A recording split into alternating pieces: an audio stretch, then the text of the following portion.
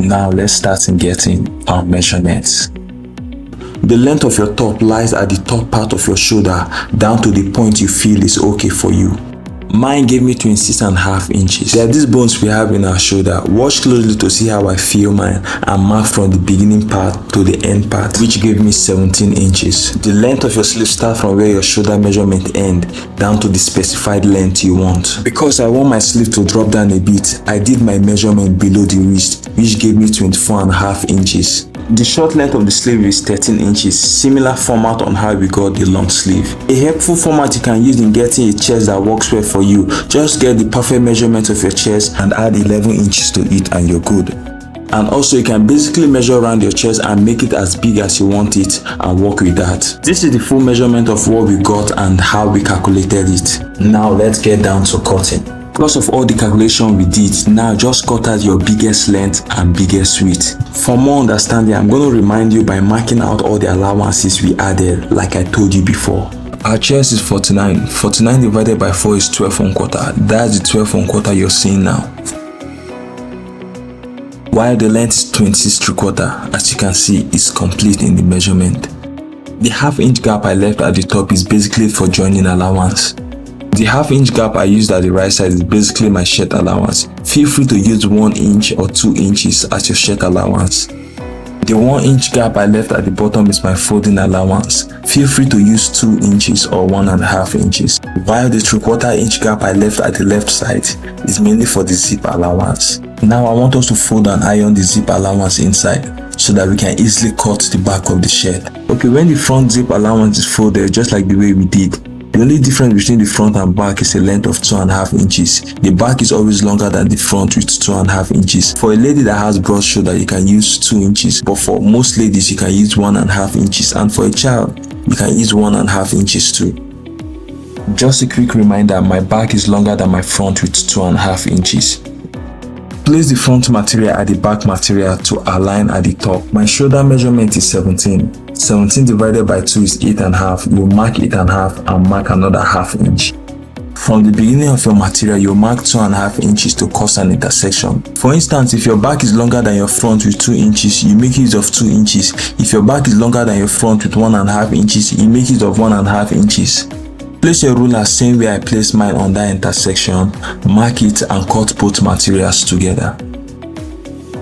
We are going to remove the front material for now and mainly focus on the back. Remember, our shoulder is 17. 17 divided by 2 is 8.5. 8.5 plus half is 9. From this point, mark that same 9 inches to the bottom and watch closely to see how I do my freehand curve and connect the round sleeve in general.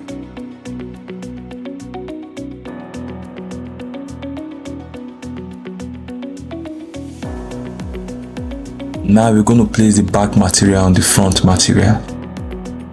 When aligned like this, you want to push only the back material by ½ inch to the top. And now you can trace out the armhole. I want you to place the front material to the back material and I want both bottoms to be perfectly in line. Then you want to fold the back material by ½ inch to the front material. This is just a clearer shot to show you that it's actually ½ inch. You don't need to mark here, this is just the way I can show you that it's ½ inch I folded to the front. For getting the neck, just mark 2.5 inches at the spot I'm marking.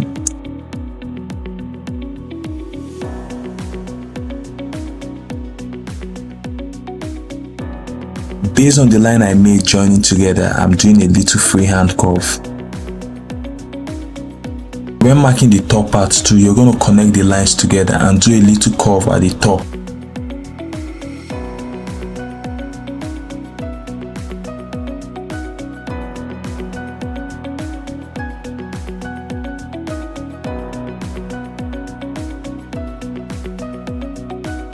Now you want to mark ½ inch at this spot and connect it just the way I'm connecting it to reduce the sharp edge at the middle.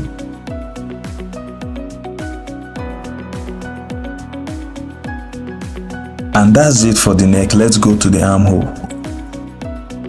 From this point I'm marking, I'm going to connect the armhole to it.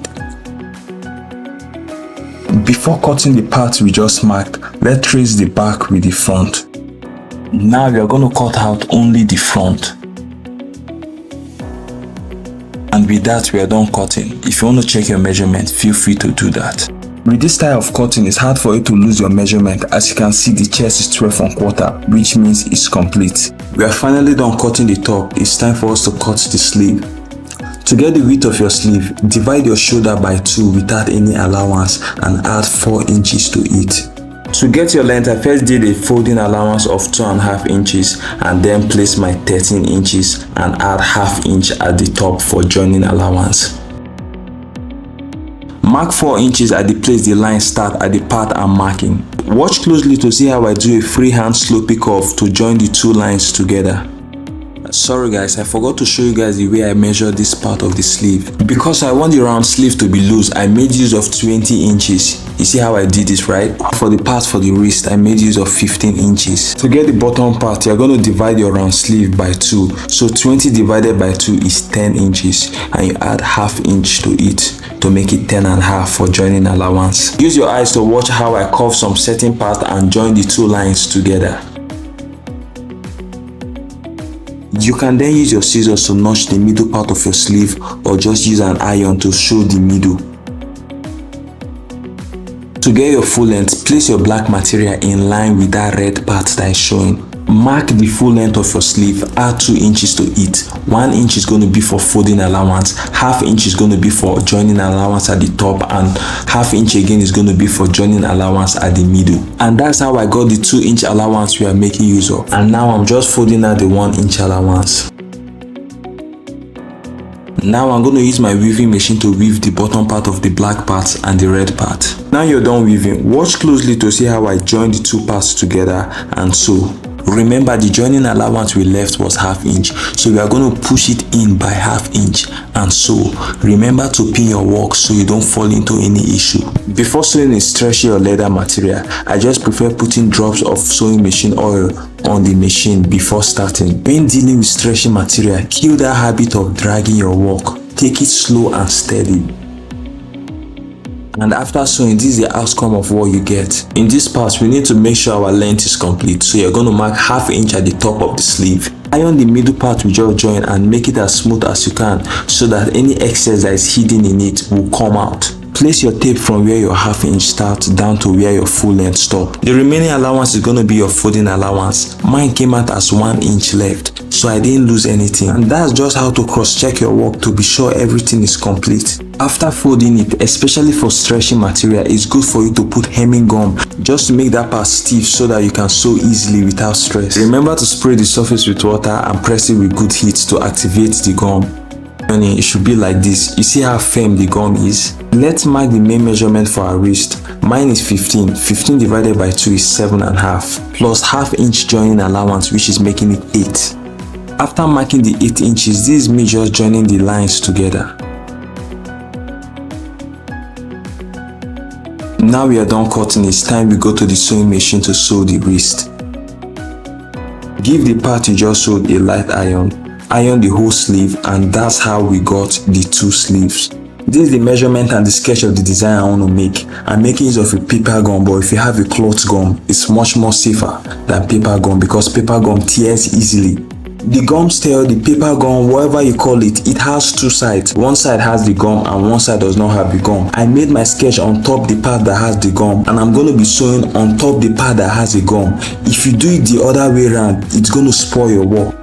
This design is going to be at the front, so remove any pin that is holding your zip allowance and mark a length of 8 inches and place the design on it. Make sure the middle of your design is placed at the middle of your jacket so that everything is in line. I'm an OG of not pinning my work. For me to pin this part, it's very essential. Pin your work so you don't make a mistake. While sewing, just sew on the design line I created, and at the end of your sewing, the beginning seam and the end one should meet together. Now you want to take your time to cut out the inside part of your design. Pay attention to the way I'm cutting the edges. Those parts are the most dangerous part in this whole design. Now you're done cutting, this is the part where we take advantage of the gum the paper gum has.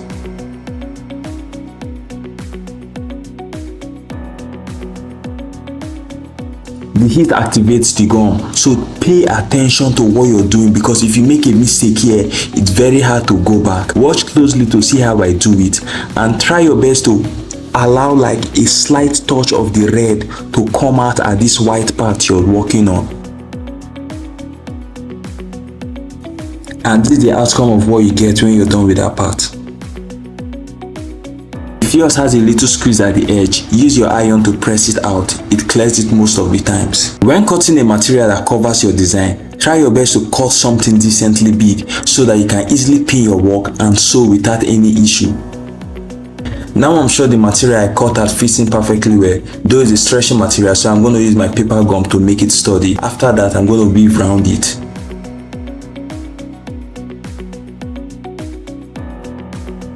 Instead of using pins for a critical part like this, I prefer using hemming gum to gum around it to give me more efficiency and control.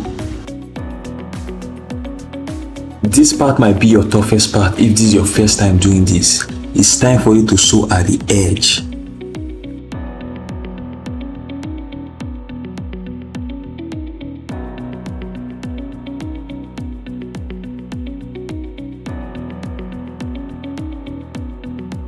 I always like ironing the middle part of my top so that I can easily see the middle through the mark. Place both shoulders together and sew the part I'm pointing. Sew ½ inch from where the shoulders start to the neck.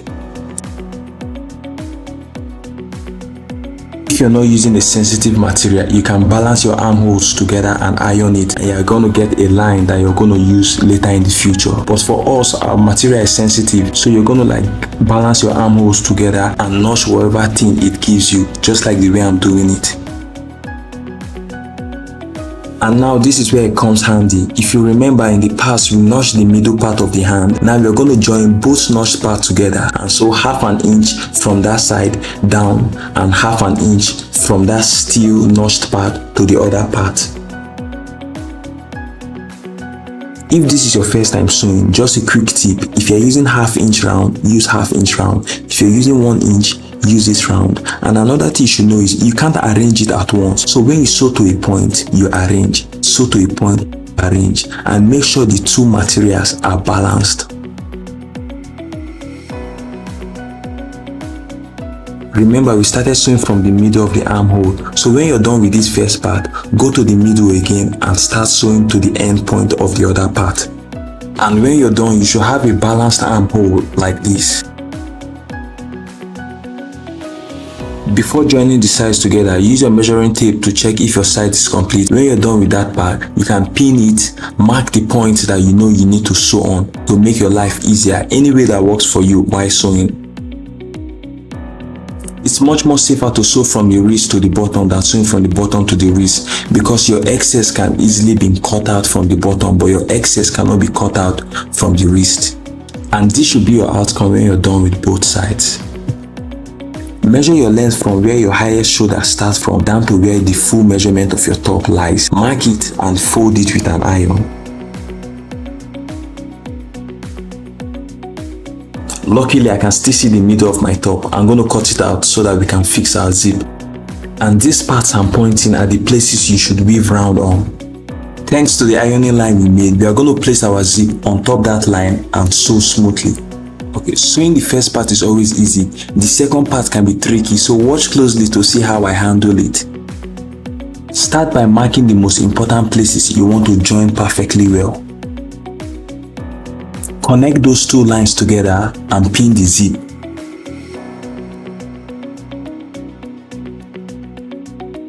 I pinned everywhere at once to make my work as accurate and efficient as possible. This is just my habit, but you don't need to do it. Even after pinning everywhere, the first place I sew first is the part that has that design, because I want everything to align at all costs.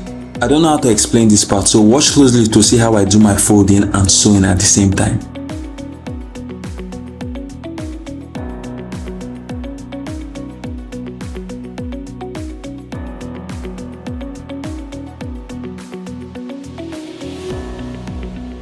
This is the moment of truth where we zip it and see if the designs are perfectly in line. As you can see, I don't need to tell you, it hits the spot perfectly well. This is a stretchy material, and for you to be in the safe side while sewing the side part of the zip, you need to put hemming gum at the side and iron it to make it sturdy as you sew on top. And this is how it looks after putting hemming gum. Put the same hemming gum at the bottom part too.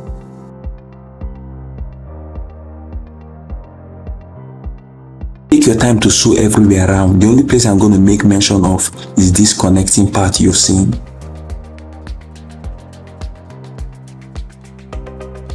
Why I'm emphasizing on this part is because it makes your work look much more clean.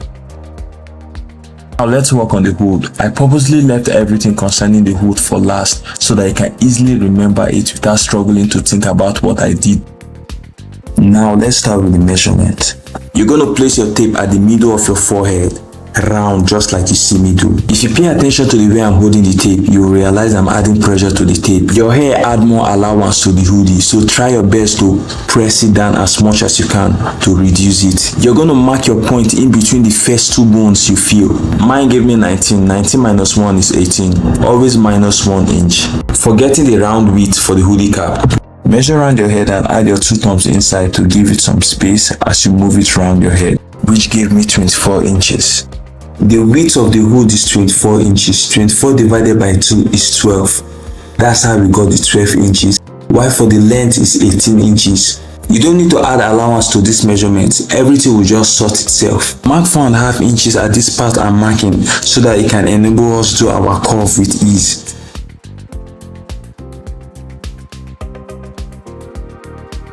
Mark 4 inches at this part I'm marking so that it can enable us to do our slopey down curve. Now let me show you how I get my unpopular curve for my hood. Divide the length of the hood by 2 and mark it. From the top to where you mark it, divide it by 2 and mark again. Divide the length from the beginning of where you mark to the ending of where you mark by 2 to get the middle. Mark ½ inch to the middle we just marked and watch closely to see how I connect the lines together.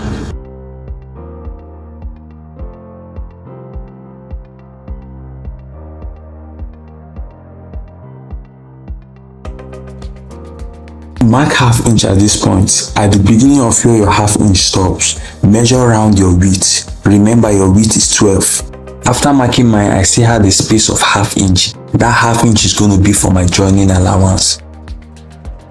Also remember to trace a lining for your hood, just like this one I have over here.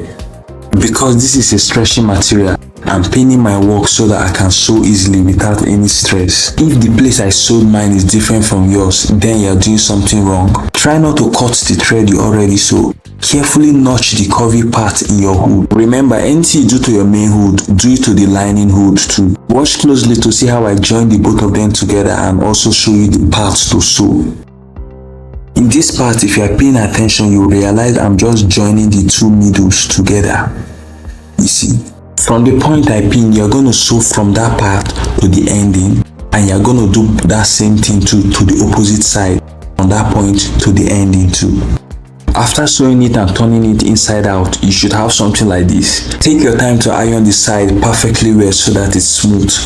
Mark 2.5 inches at this point. This is the place where your hole is going to lie. Watch closely to see how I punch the hole. Make sure you arrange the material before you punch your hole so that you don't make a silly mistake.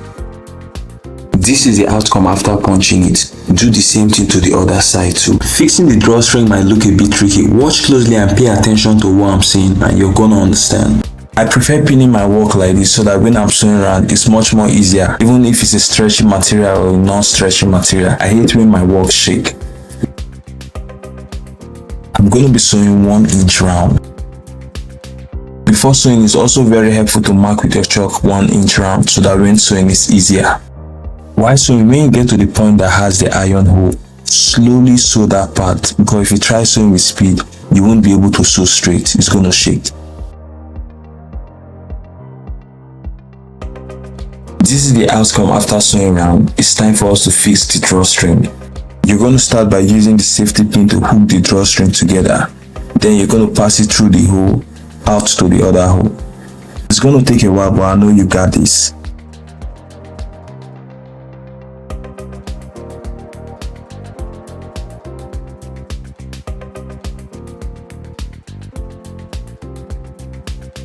And that's how we pass the drawstring. And now you want to measure around your hood to see if it's complete. Remember, when we measured our head, it was 24, so we should be getting 24 here. In a situation whereby you're getting something higher than your main measurement, for instance, our main measurement is 24 and you're getting 25 or 26, you can reduce the size by resewing both joining at the middle of the hood by any inch that works well for you. Have it in mind, you don't want to sew to the topmost part of the hood. A decent length is okay. As you sew, try your best to connect your new thread line to your old thread line in a way that after turning it, your hood still looks good, it doesn't look weird. And if your hood is smaller than your main measurement, make a new one, because joining it makes it look weird unless you want to do a style.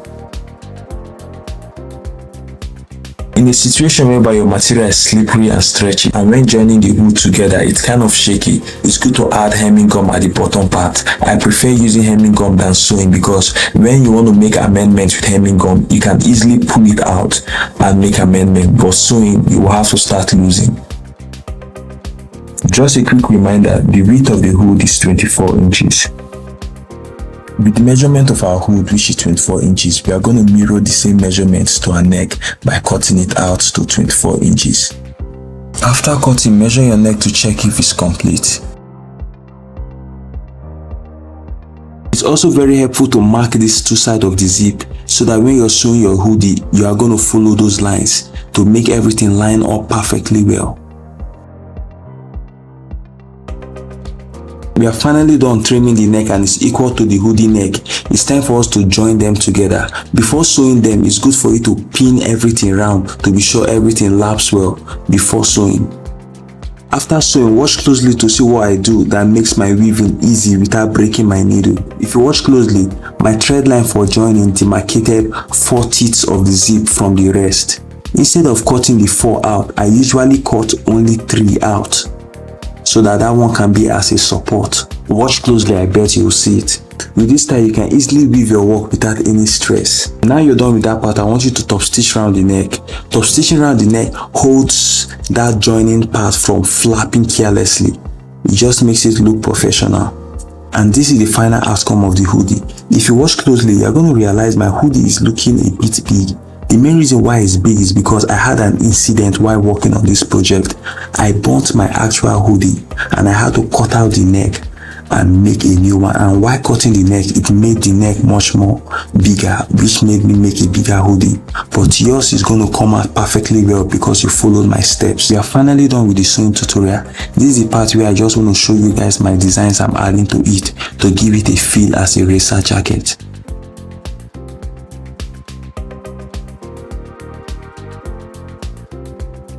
And this is the end result.